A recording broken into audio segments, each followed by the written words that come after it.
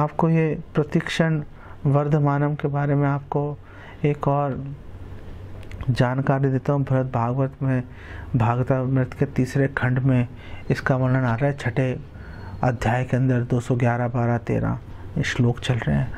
और वहाँ पे बता रहे हैं कि सनातन गोस्वामी कह रहे हैं कि जो करोड़ों ब्रजवासियों के विचार बता रहे हैं कि उनके मन में क्या चल रहा है। कि जो करोड़ों ब्रजवासी हैं, छोटे बड़े, भगवान के समकक्ष स्त्री पुरुष जितने भी हैं, जो करोड़ों ब्रजवासी हैं, वो सब एक ही बात सोचते हैं। सबके दिमाग में एक ही विचार रहता है। और वो विचार अगर आपको पता नहीं है, आप कभी अंदाज़ा नहीं लगा पाओगे। और वो विचार क्या रहता है सबके मन में, कि हर व्यक्ति, हर स्त्री, हर पुरुष, हर बच्चा, हर पेड़ पौधे, गाय, हर वस्तु वहाँ पर यही अपने मन में सोचती रहती है कि बस मैं ही कृष्ण के सबसे प्रिय हूँ। कृष्ण हमेशा मेरे बारे में सोचते रहते हैं। हर व्यक्ति यही सोच रहा है। अब कैसे एक व्यक्ति है, मतलब घर में रहता है तो लोग भेदभाव करने की बात करते हैं। एक पिता के 4 बच्चे हैं, बच्चे बोलते हैं आप उसको ज़्यादा ध्यान देते हो, उसको मुझ पे कम ध्यान देते हो। भेदभाव की भावना जाती है। आखिर इतने एक्सपर्ट कैसे हो गए कृष्ण? मतलब कि करोड़ों असंख्य लोग जो हैं, वो असीमित लोग यही सोचे जा रहे हैं कि मैं ही कृष्ण का सबसे प्रिय हूँ। आप देख लो, जब जगन्नाथ रथ यात्रा हो रही है, 3 रथ हैं। हर रथ के साथ 7 पार्टीज चल रही हैं, मृदंग बज रहे हैं आगे पीछे दाएं बाएं सब जगह। और हर पार्टी के अंदर, हर ग्रुप के अंदर चैतन्य महाप्रभु व्यक्तिगत रूप से नृत्य कर रहे हैं। हर ग्रुप यही सोच रहा है वो चैतन्य महाप्रभु तो हमारे साथ ही हैं, बाकी तो ऐसे ही बजाए जा रहे हैं। लेकिन महाराज प्रताप रुद्र ने देख लिया, भगवान ने उनको दृष्टि दे दी, क्योंकि उन्होंने वैष्णव के चरण सेवा की थी।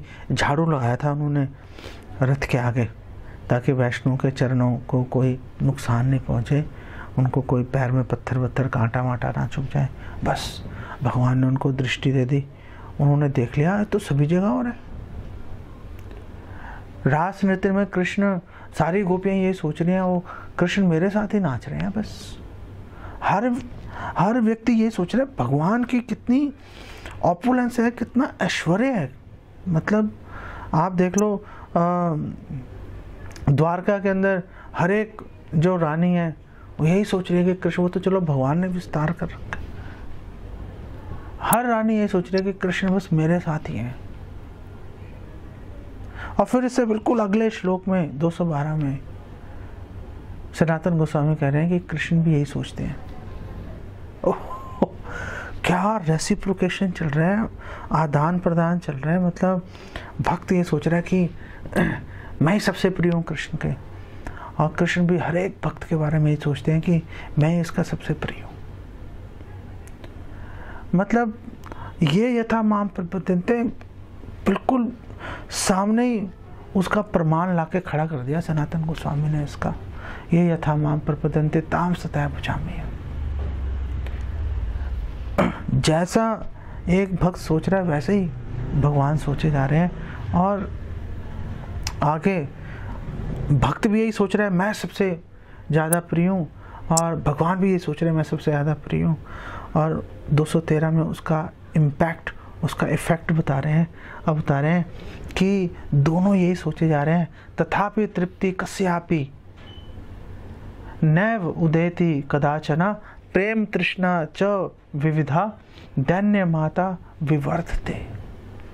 ओह, वो बोल रहे हैं, पहले आपको इसका अनुवाद बता देता हूँ कि कोई भी उनमें से कोई भी कभी भी पूरी तरह से संतुष्ट नहीं हो पाता। कभी तृप्ति कस्यापि न कदाचना, नैव कदाचना, कभी संतुष्टि नहीं होंगे। और उनका जो प्रेम है वो ऐसी तृष्णा, एक ऐसी डिज़ायर दिखाती है, और वो जो तृष्णा है, वो जो तृष्णा, प्रेम तृष्णा है, वो तृष्णा क्या है कि वो दैन्य माता है, वो दीनता की माँ है। वो मतलब उस तृष्णा से जो ब्रजवासी हैं उनके हृदय में इतनी दीनता उनके अंदर आ जाती है कि वो यही सोचते हैं कि वो भगवान मेरे सबसे प्रिय हैं, फिर भी देखो मैं भगवान को पूरी तरह से संतुष्ट नहीं कर पा रहा। उनके हृदय में ये दीनता आ जाती है। ये तृष्णा है, प्रेम तृष्णा, ये दीनता की माँ है। ये प्रेम तृष्णा के गर्भ से दीनता का जन्म होगा। दीनता का जन्म ऐसे करने से नहीं होता। वो तो अपनी जो सर्विस है उसको पराकाष्ठा पे उसको लेके जाना पड़ता है। वहाँ से उत्तम हो या अपना के नीच माने, वो पराकाष्ठा में ले गए। वहाँ जाकर एक भक्त ये सोचना शुरू कर देता, ओह मैं कुछ कर ही नहीं पा रहा, मैं कितना अभागा हूँ कि मुझे अवसर मिल गया, कुछ कर ही नहीं पा रहा। और बोल रहे हैं कि ये जो प्रेम, कृष्ण प्रेम रूपी माँ के गर्भ से ये जो दीनता जो उत्पन्न होती है, ये जो दैन्य उत्पन्न होता है, वो बढ़ता ही रहता है, बढ़ता ही रहता है, बढ़ता ही रहता है। क्या वंडरफुल श्लोक है ये। मतलब कैसे उन्होंने ऐसे विचार व्यक्त कर दिए। जब तक हम इसको पढ़ने लेंगे हम कभी ये जान ही नहीं पाएंगे कि ये हमारा गोल है, यहाँ जाना है, हम कहाँ पड़े हुए हैं। कभी हम इस चीज़ का अंदाज़ा नहीं लगा सकते। इसलिए हमें प्रभुपाद के ग्रंथों को, पूर्ववर्ती आचार्य के ग्रंथों को हमें बड़े उत्सुकता के साथ में हमें पढ़ना चाहिए। ये हमारे लिए ही, अपने तृष्णा को बढ़ाने के लिए, अपने दैन्य को बढ़ाने के लिए, ये हमारे ऊपर एक, आप समझ लो कि ड्यूटी है हमारी ये काम करना। और इसके जो रिपोर्ट है, व्याख्या में बता रहे हैं कि जो भक्त है, भक्त की ये जो प्यास है, जो तृष्णा है भक्त की, वो कृष्ण को अधिक से अधिक प्राप्त करने का। अधिक से अधिक प्राप्त करना मतलब प्राप्त कैसे करेंगे? सेवा के माध्यम से, कि अधिक से अधिक कृष्ण को प्राप्त करना चाह रहे हैं। बोल रहे हैं कि वो जो तृष्णा है ना तो उसको बुझाई जा सकती है, ना उसको रोका जा सकता है। हमेशा प्रतिक्षण वर्धमानम, और असीमा, कोई सीमा नहीं है कि चलो बढ़ रही है वहाँ जाकर रुक जाएगी, कहीं भी नहीं रुकेगी। स्काई इज द लिमिट नहीं है, sky is the limit, even sky is not the limit. वो आसमान को फाड़कर और ऊपर निकल जाएगी, कोई लिमिट नहीं है, कोई सीमा ही नहीं है उसकी। और बोल रहे हैं कि ये जो प्रेम तृष्णा है, ये प्रेम तृष्णा एक्चुअली में लोभ है, ये ग्रीड है। ये जो प्रेम तृष्णा है ये वास्तव में ग्रीड है। और ये जो लोभ है, ये लोभ, ये जो सच्ची विनम्रता है। एक तो कृत्रिम विनम्रता होती है, ऐसे दिखावे वाली, हाथी के दांत। ये असली विनम्रता है।